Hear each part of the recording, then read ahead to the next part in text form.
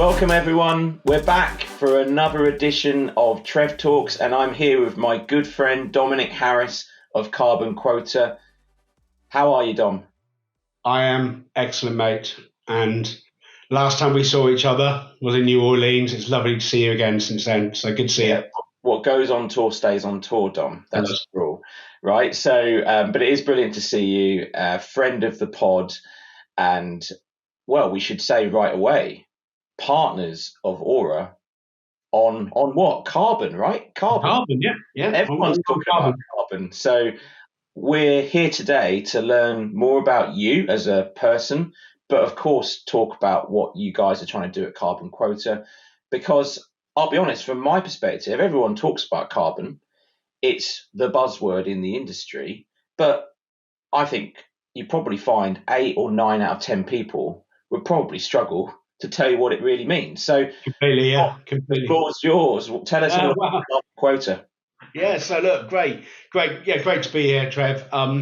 Absolute pleasure to spend time with you a few weeks ago as well. So a little bit about me, first of all, perhaps, and then I'll sort of answer the question around carbon. So I'm a middle-aged guy that's been in the print and packaging industry for a long, long time, a lot longer than you, my friend. And, you know, I intrinsically understand the industry because I've been in it for a long time. Had various roles in the industry. And then about 4 or 5 years ago, we were working with a very large FMCG business. I was a consultant to them, helping them look at actually a procurement supply chain in their packaging area. And they asked me a simple question. They said, "What's the carbon footprint of this bottle?" And it was some sort of, drink bottle thing. I was being paid handsomely to be a consultant, and I went away to try to find the answer. And then what we established very quickly, Trev, is the answers that were available were very, very poor answers. I mean, they were non-scientific. There was no primary studies done, and they were just poor answers. But what that led to was that led to the birth of CarbonQuota. In very simple terms, we realised that there was a small gap in the market. We realised that the market needed science and needed accurate data to be able to decarbonise, and we launched CarbonQuota. And today we're 25 strong. We're on our Series B investment. We're going great guns, and more recently, as you've just mentioned, that we've have a partnership now with Aura. So really very exciting times for everybody. I've got a great team that is a mixture of really interesting people. And we've deliberately set the team up the way we've done it. And we've got scientists, which are really important to do the science, just state the obvious, right? We've got developers that understand technology. But what we also have is product experts. So when a customer talks to us about a pallet, they talk to us about something that relates to the packaging industry. We don't have to spend the first 3 months like the big consulting firms do trying to understand what that means. We just understand what that means. Yeah. So, it's good. It's good. And, glad to be here, mate. You know what? I would describe CarbonQuota as vibrant, professional people. And that vibrancy makes such a difference because it's quite a technical subject, right? Yeah. And I come from a technical background as well, or as part of Sun Chemical. When we talk about inks, the kind of language that's used is very, very difficult to digest. But you guys make carbon simple. I really like that. And that helps me because I'm a simple fella. And if you start mystifying me with terminology, you'll lose me in about 15 seconds. So for the listeners and the watchers, what kind of services would CarbonQuota actually provide? Yeah, so, we've got technology, we've got professional services. So depending on what the requirement is, you apply, what type of solution. But ultimately, it comes down to the point you've just made perfectly well, is that it is a really, really complicated subject. And if you allow scientists to lead the conversation, nobody understands it. Now, that problem exists. I mean, it exists widely around the world. This isn't a Dominic Trevor issue. Yeah, this is a a problem that exists. You have a few very brainy people that are scientists that know the intrinsic details, but how do you apply that to real life? Yeah, how do you apply that if you're a big retailer, a big FMCG? And that's the problem the industry has. But we fix that problem, in our opinion. Yeah, we fix that problem where you talk about it in a very clear way. And ultimately, carbon is the universal way to scientifically measure the environmental impact of something.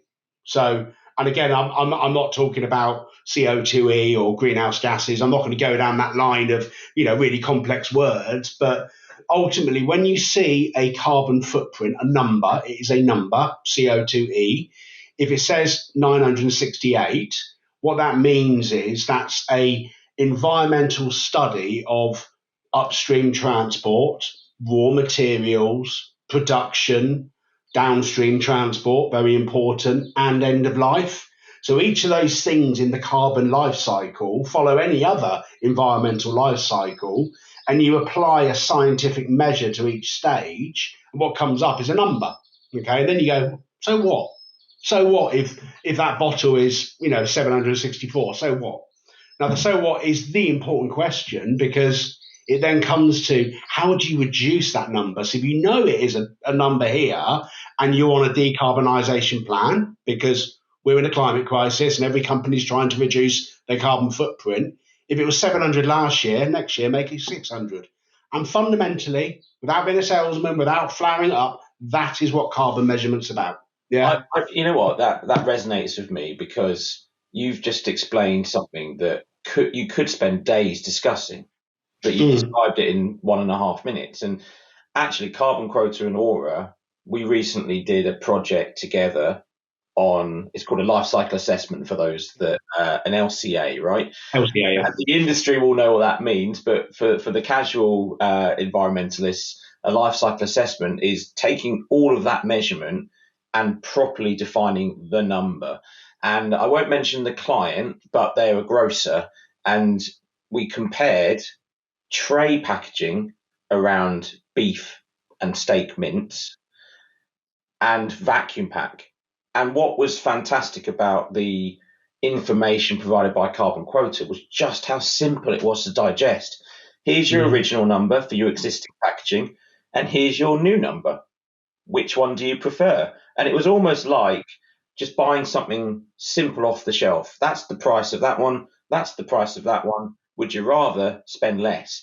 And that easy to digest information is what makes all the difference to a client, to a consumer, because if they can trust the data, which is also really important, then they can make the right decision at purchase.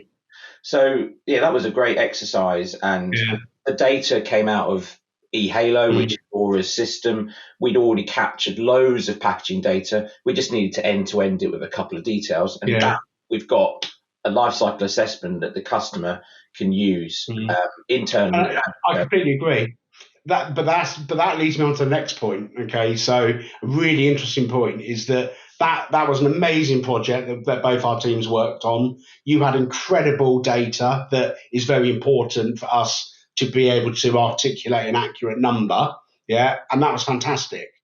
However, that was done by a human being, one of our consultants. Okay, it probably took 4 weeks of elapsed time. Okay, and it cost quite a lot of money.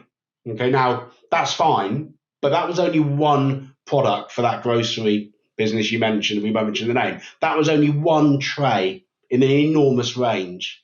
But ultimately, what the CarbonQuota and Aura relationship has done today, and this is why we announced it, as you know, a few weeks ago, is we have automated that process. So instead of taking 4 weeks, instead of being really expensive for one product, we're now doing it at scale, automatically in real time. That is game changing for the industry, and I'm not saying it but it just generally is game changing. It gives any retailer, any FMCG, any business that uses the Aura platform the ability to get on scale, large scale humongous, vast amounts of carbon footprint data related to everything that's held in eHalo. That is game changing, Trevor. Yeah, thanks, Dom. The check's in the post. Appreciate it. Yeah, absolutely. Yeah, thank you, mate. Here's a quick message from our sponsor, Aura. This podcast is brought to you by Aura, bringing together leading consultancy, pioneering technology, and data-led insights to help organizations meet environmental compliance and manage sustainability every day.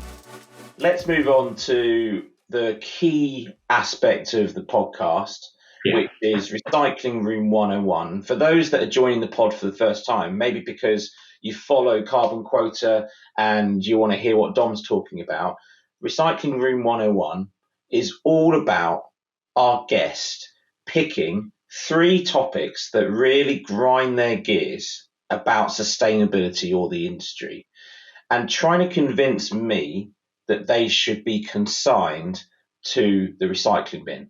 And crucially, my job here is to argue back, see if I actually am convinced or not. But let's try and find a solution too, because too often we say, well, that's bad and that's bad and that's bad. But we need to work together to make things better. So, Dom, what's your first topic that you want to try and consign to Recycling Room 101? So this is more of a personal one. So this is less about our business, but more of a personal one. So I have the fortune or misfortune, depending which way to put it, to attend lots of trade shows around the packaging industry. And some of these are quite small and niche, like SPC we went to in New Orleans, and some of them are absolutely gigantic. And the thing that really grates my gears, lovely phrase that, mate, yeah, is greenwash, is seeing businesses at these shows saying we have got a sustainable plastic, we have got a sustainable paper, our product is, and they're basically lying, yeah, and there's no science behind that statement. So on their big display, we're green, but there's no substance behind it, and that to me has to go in the recycling bin, Trevor. It's something that really personally annoys me. So we've all got this experience as well. And actually, you talk about exhibitions and expos that you've attended. Jill Garside-White, who you've met, our consulting director at Aura, and myself were lucky enough to go to Paris Packaging Week. I think it was early part of this year. And massive exhibition. I mean, there are thousands of people there. I've never seen so much cosmetic packaging in my life. I came away from it feeling bombarded by the choice. And Jill and I walked around and it just felt like a greenwashing paradise. It was exactly what you've just said. Everywhere you looked was sustainability, green, compostable, all of these things just thrown out there. And okay, there was some really good stuff, right? When we challenged and when we investigated, some of them did have data, but it felt more like a marketing gimmick. And I guess that's what we're passionate about, right? We want to not tell mistruths, because I don't think anyone's necessarily, in the majority of cases, deliberately trying to deceive people. No, I agree. It's not a deliberate thing. Yeah, I think there's a team of marketeers and a team of business development people who aren't quite sure what it all means, but they recognize that their customers want it. And so, look, I think greenwashing as a topic is always going to get the vote from environmentalists like you and I. But how do we change that then, Don? In your opinion, how do we change that so that it stops happening? Yeah, I think legislation helps, and God Almighty, what a landscape around the world legislation is, and and obviously Gillian talks about that all day long, and it's just a complex landscape. That really helps, okay, but we're beholden to the big governments, right, to roll out that legislation. I think education helps as well, and I think having the right people standing on stage, even podcasts, in this stuff, all of that stuff helps educate people. But don't forget the CMA are, really tightening up on the, the advertising rules and regulations. And actually, there's a green claims code now. So we're seeing a change, a sea change. But that's only over the past probably 12 or 18 months. As long as that continues, I think we'll be okay. But ultimately, science has to prevail. And in a climate crisis, and I'm going to get a bit evangelical here, we all see the absolute disasters happening around the world that are related to climate change. It's real. We've got to do something about it. The big boys have to start at the top, and they've got to push the smaller businesses, bring the smaller businesses along with them, and then the little guys at the bottom need to push up, and we'll all meet in the middle somewhere. Everybody has a responsibility to do it, in my opinion. Yeah, may not have the budget, but they've probably got the responsibility. Well, that probably leads on to your other suggestions. So yeah, let's park greenwashing and let's move on to number 2. So what's next? Okay, so we and this is more business related, and yes, it's quite personal because I'm quite an emotional guy at times. But the businesses that believe they can scientifically assess the environmental impact of a product line, and they do a really poor job, and they cut corners, and it creates a incorrect message about their product, and it does softly relate to the previous one, but it's slightly subtly different, right? It's greenwash is often, as you said, a bit naive perhaps, and it's not deliberate. But the one I'm talking about now is absolutely deliberate. That owners of businesses go, well, I don't want to assign the right amount of money to this environmental stuff that I don't really understand. Let's cut corners and do the absolute bare minimum to get me through. And that's almost as dangerous as greenwash. So, and we see it all day long in the sales process, in the client engagement process, where businesses either have got a budget or they haven't. And if they haven't got a budget, fine, we understand that. But don't go away and do a really bad job, because that's more dangerous than not doing anything at all sometimes. Yeah. Yeah, I think it's in the press, right? So I'm not speaking out of turn by mentioning it, but you've heard of Oatly, right? The Oatly guys. So for those that aren't aware of this, you can Google it. And Oatly, a couple of years ago maybe, put up a billboard, and they challenged their competition to state their carbon measurement on their product and packaging. And it's got some good PR for them, right? Because they're up there saying, challenge us. And, their competition were probably quite right in not rising to it. But then it came out, and this is why I can mention it, because it's actually out there on the internet. I'm not making it up. But that organization were actually making inaccurate green claims in order to achieve investment or to influence their shareholder perception. And they actually got fined for it, right? They pay reparation. I don't know about the fine. No, so not to single them out, right? It's just that was an example of a situation where an organization was utilizing data or utilizing the information to gain an advantage or to try and gain an advantage. And on the face of it, it all looks legit. And I think that's a really big challenge for the consumer, right? You talk about education from top to bottom. CEOs of global businesses need as much education as the person on the street, because if I'm walking past that billboard as someone that isn't in the industry, and I see that Oatly are quite prepared to put a number on the billboard, well, how am I going to know that that's not accurate? But that's what I want to put in the recycling bin. That moment when that happened a good few years ago, that moment that's what goes in the recycling bin. What's interesting is that story, you've told the first part. The second part of the story is, because there was so much backlash, they now deal with a specialist carbon business.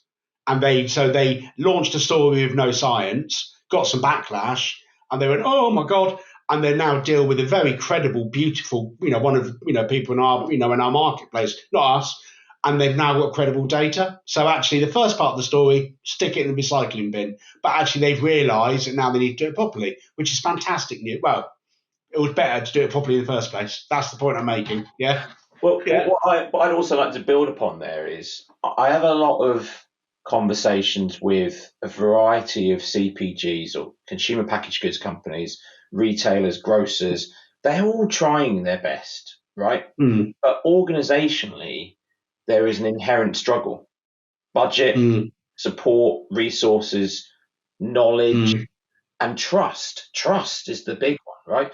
And so what I'm really proud of is when Aura, and I'm sure it's the same for CarbonQuota, when we engage with our clients, we try to be we are as honest as we possibly can be. If something's difficult, we'll say it's difficult. If you need more data, we will say you need more data. And if it's going to cost X amount of money, well, you get what you pay for in life, right? Yeah.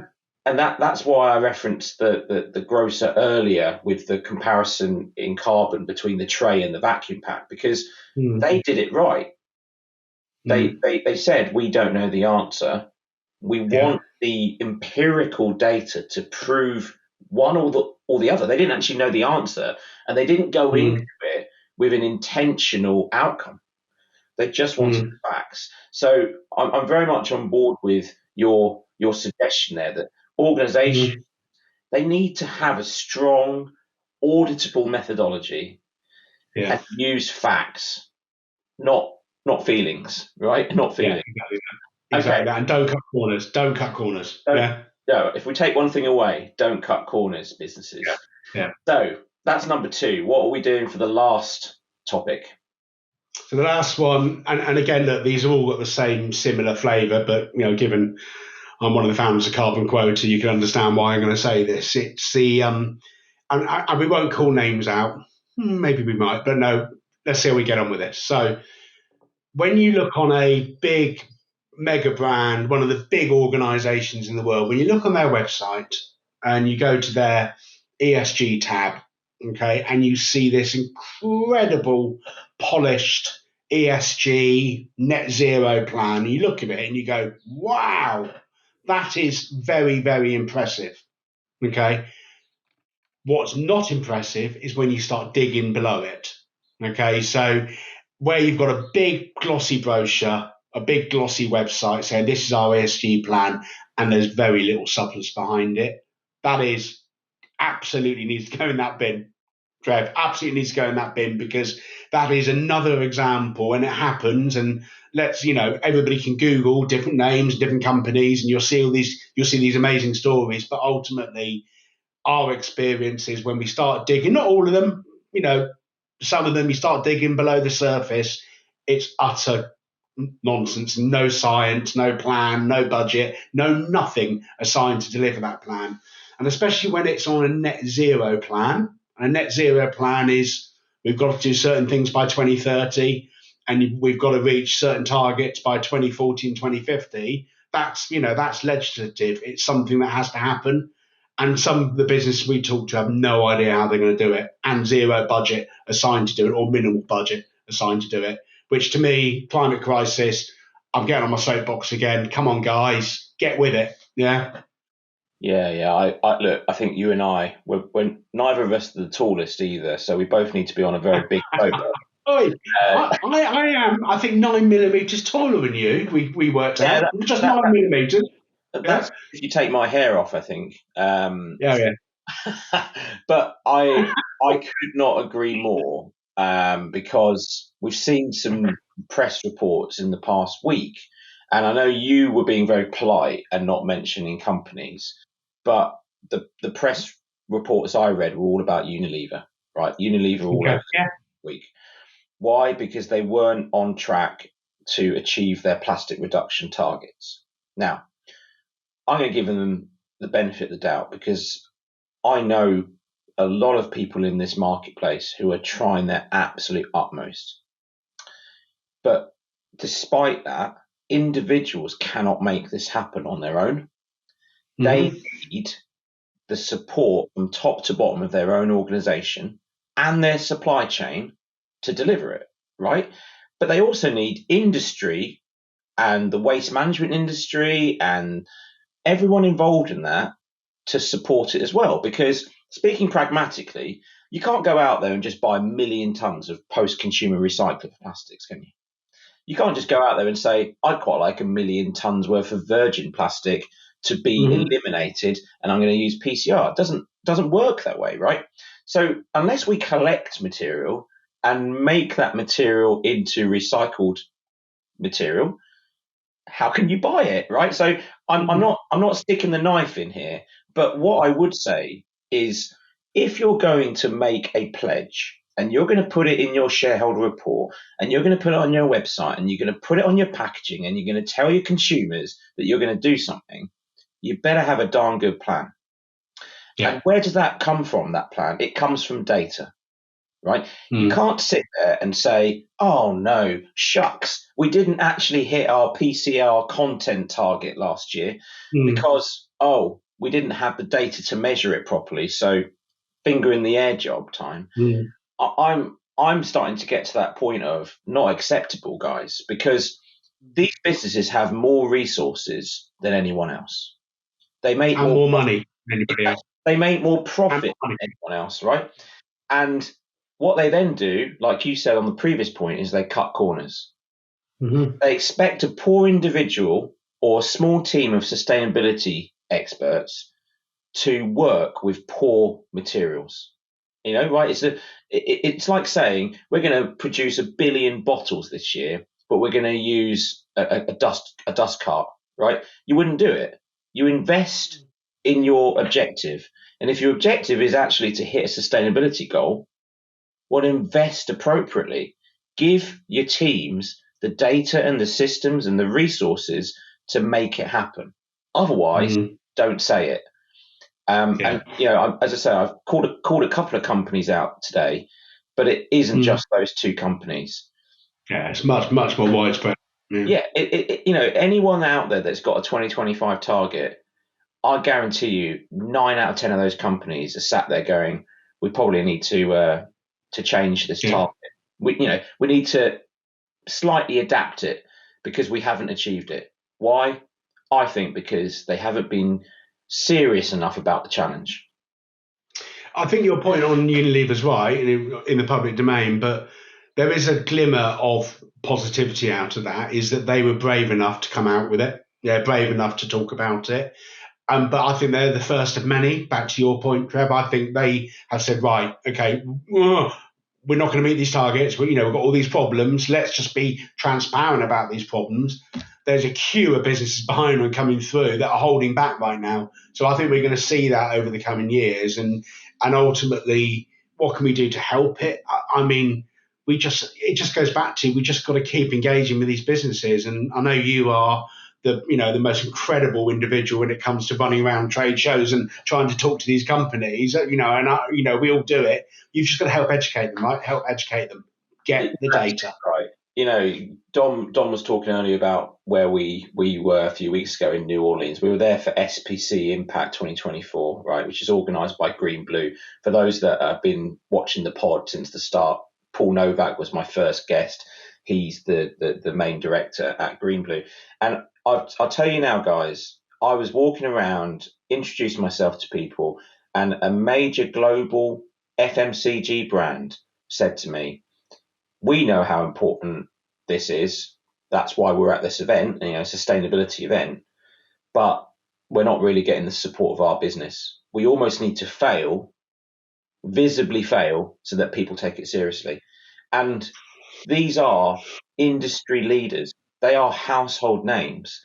If those organizations aren't taking it seriously yet, we've got a big challenge awaiting us. And I would just implore people to get on your soapbox. When it's your next town hall in your organization, get that speaking slot, and say to people in your organization, this needs to change.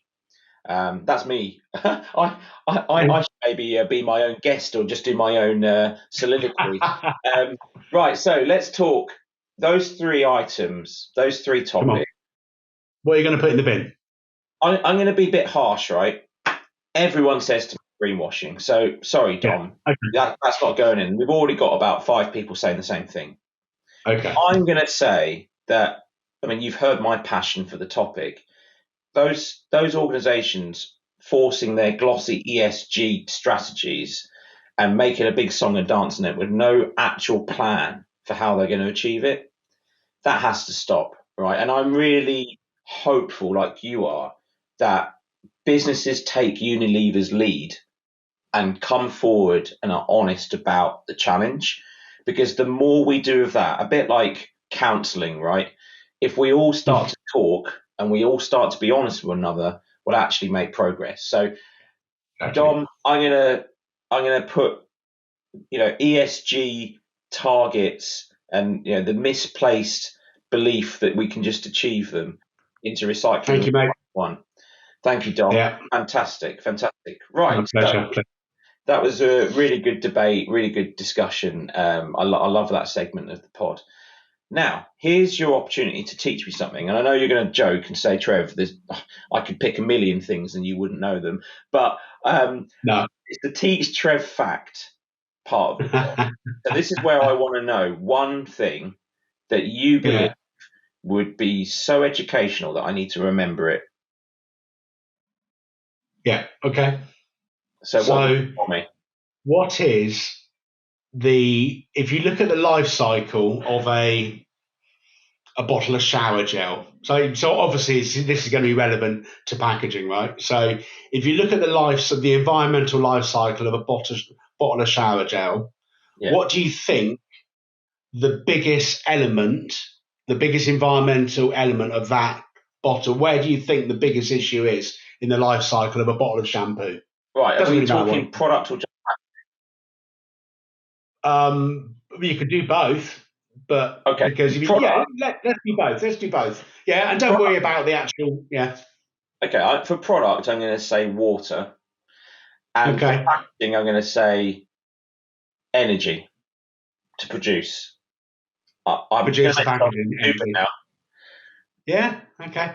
So this shocked me, by the way, because I'm trying to catch her out on this one because we did it recently. We did a study of it was some shower gels or shampoos, and the actual environmental impact of that life cycle is you in the shower.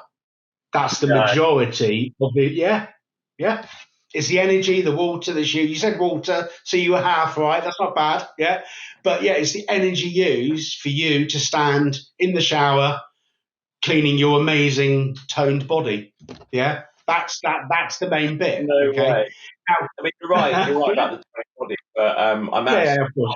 It's the I'm quite eco-conscious at home. Just had solar panels put in, got a water meter. Yeah.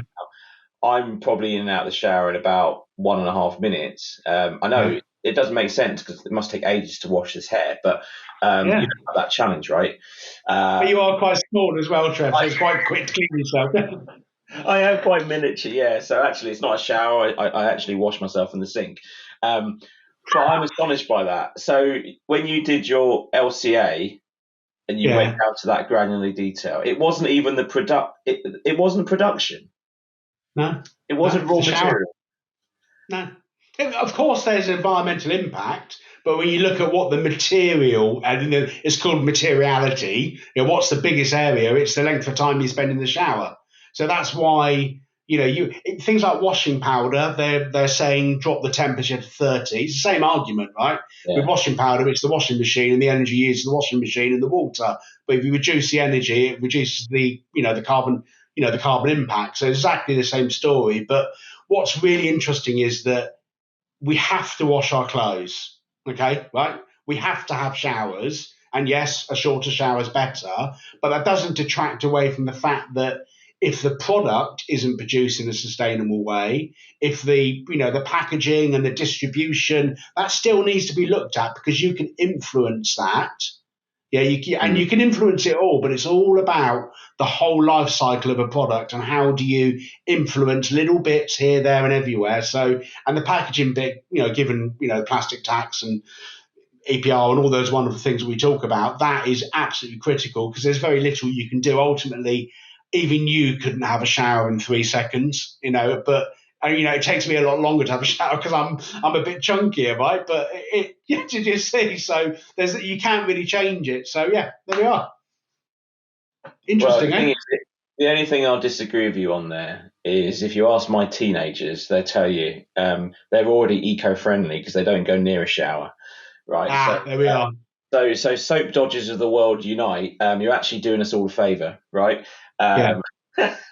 Great fact. Thank you very much, Dom. Right, so we're close to wrapping up. I've loved chatting to you. Always enjoy your company.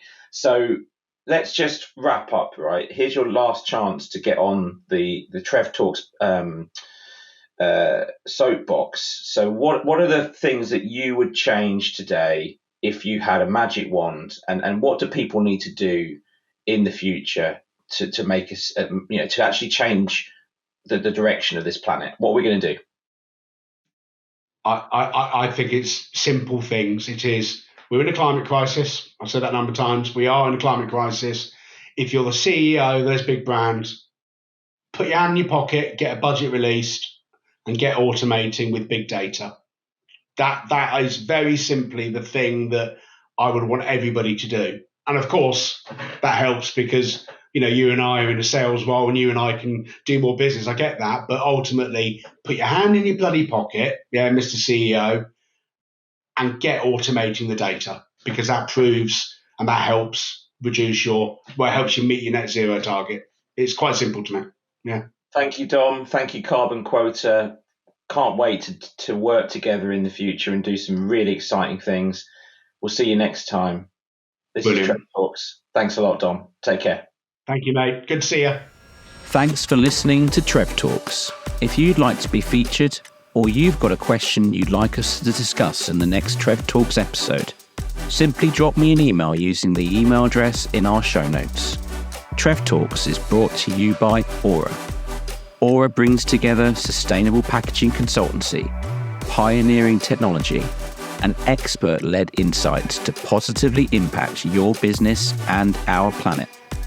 Find out more about how Aura is helping leading businesses to achieve their sustainability objectives